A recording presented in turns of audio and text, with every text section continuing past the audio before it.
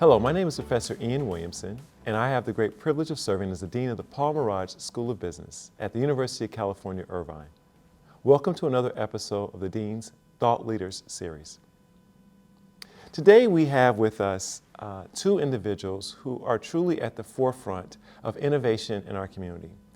And oftentimes when we think about innovation, we think about technology or new products, but they are thinking about innovation in something which perhaps is more important: social issues, specifically the area of homelessness, an issue that is very prevalent, unfortunately, across our community and requires, I think, new innovative thought.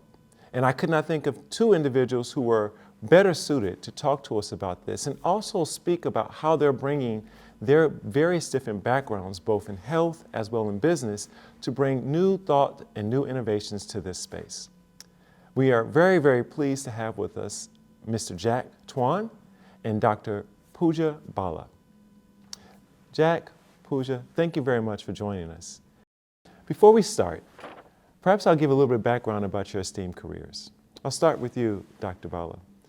Dr. Pooja Bhalla has over 20 years of experience in the healthcare space, specifically focusing on working with individuals who are experiencing homelessness. Throughout her career, both here in Southern California as well as in the Northeast of the United States, she has worked to develop several different innovations around how we can bring different practice models to provide healthcare services to individuals who are experiencing homelessness, whether that be both preventive measures as well as behavioral measures. Dr. Bhalla is a graduate of Simmons College of Nursing. She received her master's in leadership, health, and policy and nursing administration from Northeastern University and earned her doctorate in nursing practice at Northeastern University, with her research focusing on emerging leaders in homeless healthcare. In addition to serving as the co-CEO of Illumination Foundation, Dr. Bhalla also is a member of the National Healthcare for the Homeless Council, and very proudly, she is on the UCI Public Health Dean's Council. Thank you very much for joining us, Pooja. Jack Toan is the other co-CEO of the Illumination Foundation. Throughout his 20-year career, he's played a major role in supporting broader corporate social responsibility issues. Most notably, he served for 18 years at Wells Fargo and was the Vice President and Manager of Community Relations. Jack is an inaugural member of the Illumination Foundation Board of Directors and joined as the CEO in 2022. He is appointed as the Orange County Commission to End Homelessness and is a co-founder of Delivering with Dignity OC, a collaboration that engages volunteers and supports local restaurants while they're serving the most vulnerable affected by COVID-19.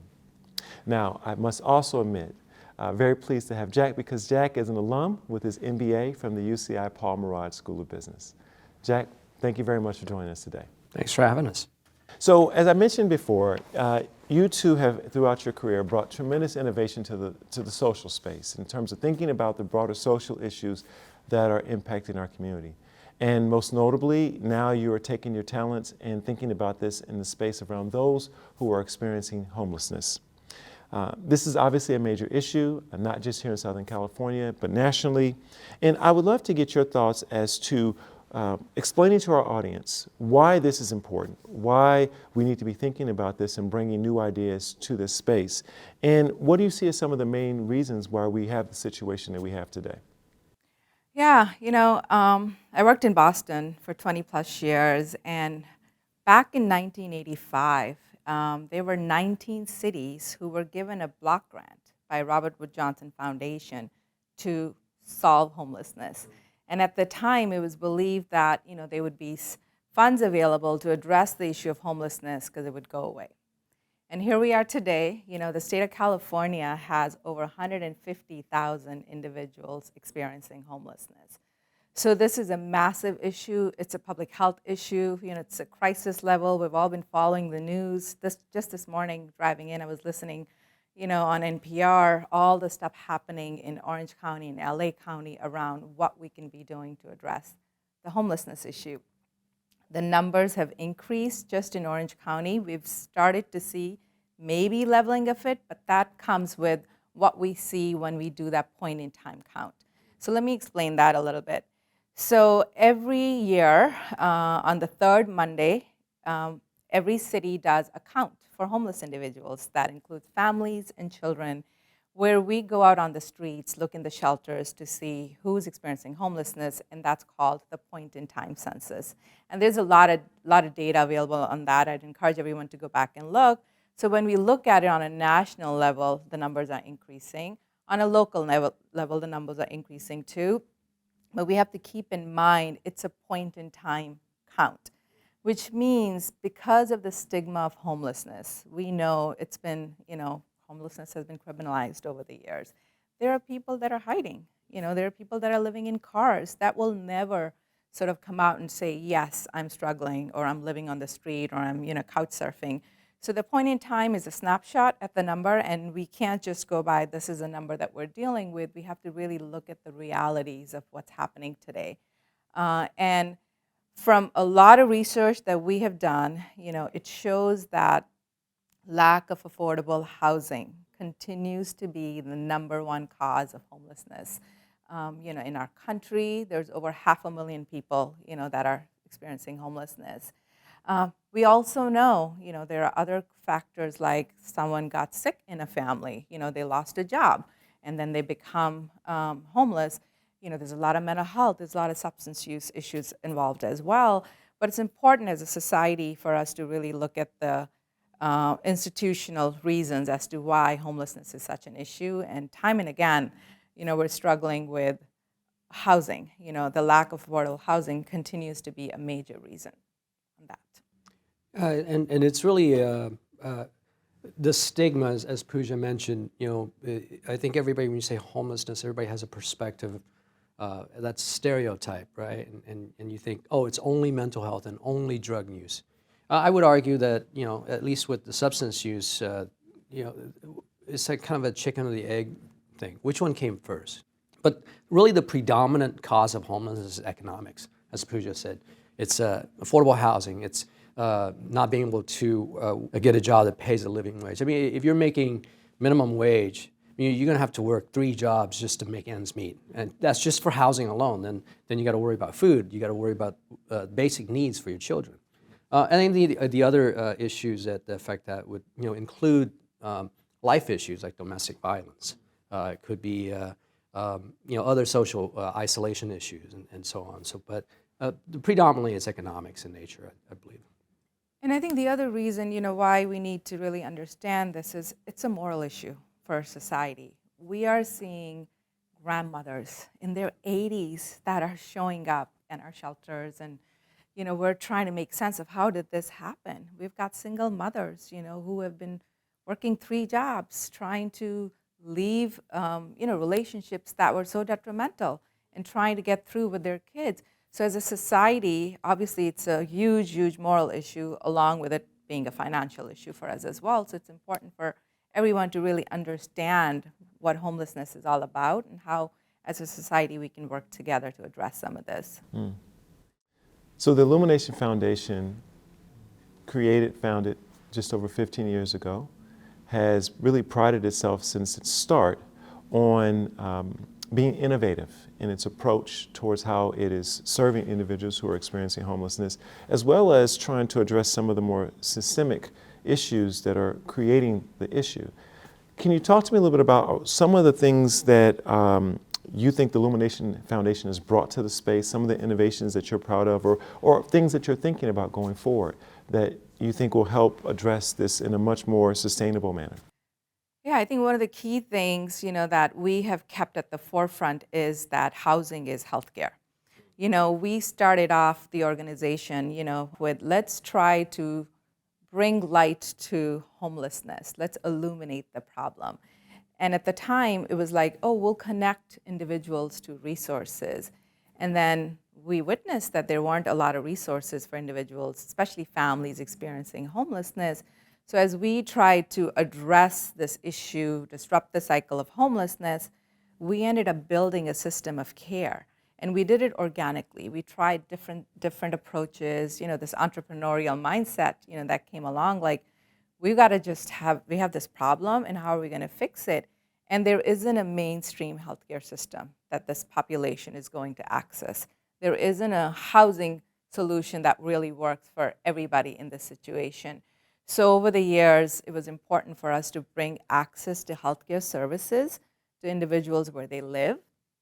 So housing and healthcare integration has really been the key, our secret sauce to really help address this issue, because housing is so key and healthcare is essential, but if you can't bring somebody else in and have them feel the safety and security, they're not going to access healthcare services. We see individuals that are in their 30s and their 40s that have never been to a doctor because they're fearful of what's going to happen next, So integrating medical care, psychiatry, substance use, mental health, all under the same roof has been really key for us, and we've been working on that integration for a while. When I learned about the Illumination Foundation, I was at Wells Fargo. I was running the philanthropy program there, and so up to that point, I was reading a lot of the proposals. I was reading is what you would expect organization that serve the homeless would submit, which is we're providing shelter and we're providing facilities and then we're doing case management. So very I was seeing the same type of proposal. What attracted me was one, learning that there's this group of MBA students from the Mirage School working on this new approach to resolve the homeless situation was interesting. But the fact that they were focusing on providing health care, which is, for me at the time, something I'd never heard about, right? This focus on why is there this need for health care? And I think as you think about it, it makes a lot of sense. These are the most vulnerable people. They're dealing with major health issues, the highest utilizers in the emergency room. It drives costs up when you look at how we're serving these individuals. And then they were unique at the time. It was we were in a bit of a recession, and so motels weren't being fully utilized, and so they were utilizing the motels to create safe space so that they can provide the medical care for these individuals and families that they were serving. And I thought, wow, this is a very interesting group of people that are thinking out of the box a little bit and leveraging resources and not following the traditional path. Well, over the years, some of the things we've done, and because innovation, and Pooja helped write some of the values that the organization has, and one of the value is innovation, and we value innovation as a key factor to essentially push the envelope to figure out solutions. So some of the things we've been engaged in is our Life Arc project. It's modular housing made of plastic and polyethylene and polyurethane inserts. Who would have thought, right? That floating homes could potentially be a solution. And so we have actually a working model in El Monte that is currently housing 19 people. And it's a first-time materials outside of the traditional lumber, concrete, and steel are used as a housing element, a housing structure. So it's very innovative things. We can keep the cost down of building housing. So there's innovations there. We're using that and leveraging the new ADU legislation in the state of California to use that as a strategy for increasing the housing units. We're experimenting with culinary programming, medically tailored meals. How does that affect someone's health? And so tying all those things together and always pushing the envelope and thinking out of the box a little bit. It's been tremendous for the organization and our ability to take advantage of growth. And then I think with the work around Cal Ames now is the innovation continues. And explain Cal Ames. Yeah, and actually, this is a perfect segue into sort of talking a little bit about the cost of homelessness, right? Jack just talked about how expensive it is for us as a society, for us as a country, as a state, how much we're spending in homelessness. So one of the things that we have had to always be able to justify is the cost of what it takes to provide services. And again, thanks to the entrepreneurial spirit that we have been collecting data. We as an organization has to be able to justify that the funds that we are using are increasing and improving outcomes. So, when we speak to our health plans, when we speak to our funders, we have to be able to say, this is where the resources that you send us are being spent, but how is that impacting in terms of quality of care, in terms of the outcomes?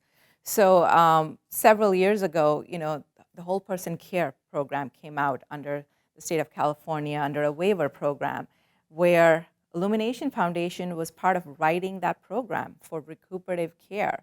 Recuperative care medical respite is a national model, and that's the model that I worked in Boston.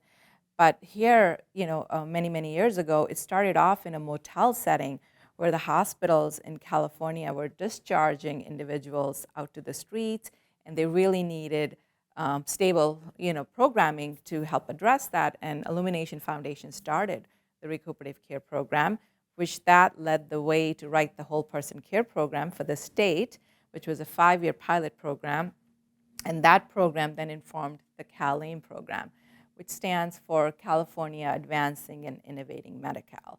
So, we're talking about housing and healthcare. It's so wonderful to see the state of California, the Department of Healthcare Services, take this on as an issue.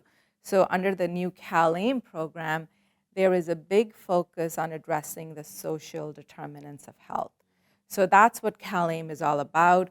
But I've always sort of thought about, wow, Illumination Foundation was addressing a lot of those social determinants of health before, the whole person care program, before CalAIM. And as an organization, the data that we've been able to portray, like, wow, if you provide these services in an integrated manner, address the social determinants of health, it can really save money and obviously save lives. So, we're at this place right now as an organization. We've grown in our services. We started off in Orange County, we're in LA County, in San Bernardino, in Riverside, because it is an effective program. And now you have the state recognizing the importance of addressing social determinants of health. So I have to take a step back and maybe ask a question about the two of you, because you represent somewhat a unique situation. You are co-CEOs of an organization, and it is not common for us to see a co-CEO set up in many organizations. There have been some examples, and Salesforce, Netflix, Workday are some more prominent examples of companies that during some period of time of their existence, they had co-CEOs. But this is still very rare. It's normally the case that there's a person at the top, not people at the top. And I would love for you to talk to our audience about what do you see as the pros and the cons to this? How do you make that work? As being co-CEOs leading a very complex and very innovative and fast-moving organization. As you just mentioned, the complexity of our organization, it's almost like running two separate organizations. We have the housing and then we have the healthcare. So, the pros of it is there's a lot to be done. There's two of us. We're addressing the healthcare issues, we're addressing the housing issues. So we're both embedded, one's looking at the housing, the other one's looking at the healthcare. But at the same time, it's important to integrate the two. So it's important that we have, leadership that really understands both sides and can move it together. And there's more that can be done, with the two of us. We are expanding. We already are in 4 counties and are being asked to look at more programming within these 4 counties because there's a lot to be done. Yeah, I think we simplify a lot when we say housing and healthcare, but there's a lot of things that comes along with that. There's all the fundraising component, because we are at the end of the day a nonprofit organization. So there's the marketing team, the communications team, the fundraising team. There's a lot of the case management work that goes along with it, housing navigation. So we have a lot of wheels turning, and so there's a lot to do. I would say that I think there's some studies out there that shows that actually organizations that have co-CEO, and there's not a lot, as you pointed out, but the ones that have it actually show a higher return on investment. And there's some study that has indicated that. I think the reason for that, though, is because we're actually bringing diverse thought into it. And we don't, Pooja and I don't always agree on things, but we're able to hash it out and really kind of look at an issue or problem holistically from different points of view. And I think at the end of the day, for an organization, if the co-CEOs are able to communicate well, to be able to trust each other, and to be able to not have an ego and share the leadership role, it's much more beneficial for an organization overall, because you're bringing diverse thought, and 2 heads always better than 1, right, as they say. And of course, if you don't have those elements in place, I wouldn't recommend it. If you have an ego and you want to be the center of attention, I don't recommend that model. And but I think at the end of the day, it requires a certain formula to make it successful, and I think we have it here. One thing I think some of the listeners might think about is they've oftentimes heard as they were going through, it's difficult to have two bosses. Like, and ultimately, if you tell somebody they have two bosses, they believe, well, I actually have one boss, right? There's always one voice.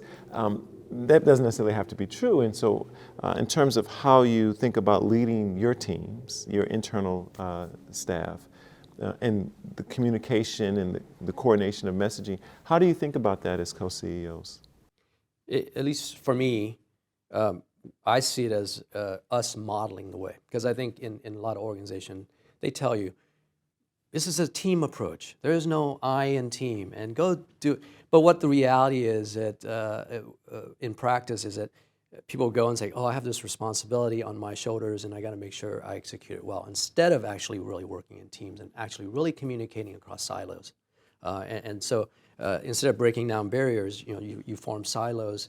And I think if you are able to model it at the top, and then you go out and say, hey, this is a team approach and we expect you to work together, it allows them that ability to, we don't have to do this alone, and the leaders actually see this as a team effort as opposed to an individual effort.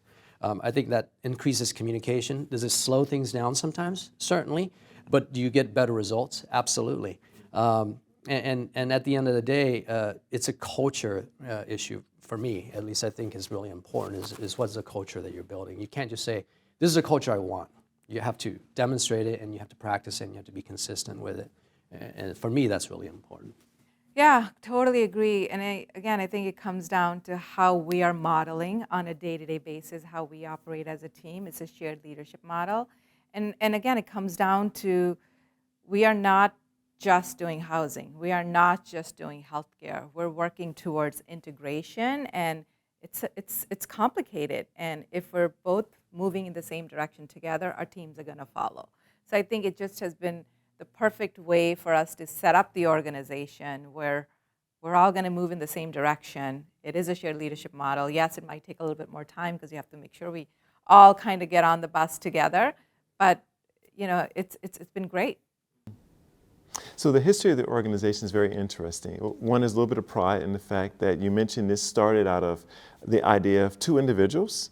One was a nurse, and one was coming from the financial sector. And they met as part of an MBA program here at the Paul Merage School. And out of that conversation, which I believe led to a team project, and then it led to the Illumination Foundation. So there's this history of sort of two individuals working together to solve a complex problem, but two individuals from very different backgrounds. And interesting enough, history has repeated itself in the Illumination Foundation. We have an individual coming out of training in business, working in corporations, the financial sector, Wells Fargo, and someone who's coming out of health. On one hand, that diversity of experience, I'm sure, brings very interesting ways in how you can think about the complexity of ending homelessness. But it also is a stretch for you individually. So you're no longer really practicing clinical health because you are a co-CEO of a pretty large and complex organization. And while you have had a business background, you are now taking that expertise into a space that most business people never think about going into, sort of thinking about these complex, more broader social issues. What has that been meant for you individually as leaders as you think about, if you like, transporting your skill set into new domains, maintaining your expertise in one space, but having to have authority and credibility in other spaces as well? Yeah, when I think back to being a clinician, seeing patients, it always reminds me the importance of relationships you need to have as a clinician. Understand what are the barriers homeless individuals are facing, and what as a system we need to be working on. And that is why I focused my master's and my doctorate in healthcare policy, because I really wanted to, from a focus of policy issue, how do we address homelessness, but I also needed to make sure I understood the clinical side of it, right? As a clinician, keeping that at the heart, how are we going to treat individuals that are experiencing this on a day in, day out basis? As a doctor, as a nurse, as a social worker, what are the policy issues that I could look at as a system level, but then also being the clinician, understand that. So for me, that was really the key of at a systems level, working through this and building a system that would make sense. And of course, during my studies, I had to learn about the business side of, the healthcare. So it really helped me prepare for positions that I've had in the past as COO of Boston Healthcare for the Homeless program, the COO here, as always building a healthcare system, a housing system that's going to work for this population, but keeping in center the clinical piece that you've got to be able to treat people with respect and dignity, understand the medical side of the issues, and what that looks like as we build a system together. And when I was at Wells Fargo, my career, I was never a financial sales guy, right? My career was built around community development and community relations and philanthropy. And so I've always had one foot in the social sector and the other foot in the corporate world. And for me, it's always, my whole career was about merging the two. And what I learned over the years is it's really, as we talk about leadership isn't me necessarily having to know how to do the day-to-day work of whatever it is, whether it's case management but it's about creating an environment, creating a structure for an organization so that it can grow. And the way we think about growth isn't just to add growth for growth's sake. It's about growing well and having sustainability for the long term. And so for those things, I don't think it matters what sector you come from. It's, at least from my education here at the Mirage School, it's about being strategic. It's about having enough of all the different pieces to formulate a strategy and a plan to move forward. It doesn't matter if it's in the social service sector or in the corporate world. What I've been able to do is to take some of the structure from a very large company to say, how can we build that here as we continue to grow? I mean, the Illumination Foundation has had tremendous growth over the last 15 years, and we're at a place where we need solid infrastructure to continue that growth, to give our 360 active employee right now a career path, and to make sure that they have the benefits that they need, all those infrastructure things that maybe people aren't thinking about. That needs to be put in place. And so having that perspective from a large corporation, what that looks like, and then translating into how can we do that here is just as important. And so I think for us, our leadership isn't about where our original focus was, but it's about making sure that our team, we're developing leaders within the organization, hopefully one day to take over our role. And I think if you do that well, it doesn't matter what sector you're in. That's leadership, right? Got it. So just last question. Many of the people that might watch this are our current students. They're leading in their own right today, but we're certainly preparing them to take on bigger leadership opportunities in the future. What advice would you have for them in terms of how they can prepare themselves to deal with not just the economic, but the broader social issues that our communities are facing today? Be prepared for a lot of change, a lot of uncertainty. I mean, I think the pandemic taught all of us, right? We can have all the plans and, try to move things forward, but being able to be nimble and really try to be prepared for the curveballs that are thrown your way, and just being flexible and passionate about what you do, you will get it done. You just have to always sort of think through, why am I doing what I'm doing? And then just be prepared for a lot of things coming your way that you didn't even think through. There's a joke in the healthcare for the homeless world. You come in thinking this is what your day is going to look like. 50 other things happen. Everything that you thought about that you were going to plan to do that day does not happen. Making sure you carve out that time to really think through strategically how you're going to move things forward. Because with all the stuff that's thrown your way, in our world today, it's a lot, So being available and being accessible to and open to change and, uncertainty is going to be the key. I think Pooja is absolutely right. It's we just came out of unprecedented times, and that's thrown a curveball at everyone. It's not not just our sector, but everybody's have to figure out new ways of doing things. I think there's new thoughts that are now being introduced in in people, individuals, and so that drives their behavior. We're still trying to get our arms around that and trying to figure out like what is the new environment, and then as we're moving, we're adjusting. So I think nimbleness and flexibility is really critical, and I think it doesn't matter what sector you're in. You have to learn how to think that way to have the right attitude to be able to bend and flex, but also to seek out what are the opportunities in this situation? Because it's not always doom and gloom. You know, one door closes, another door will open.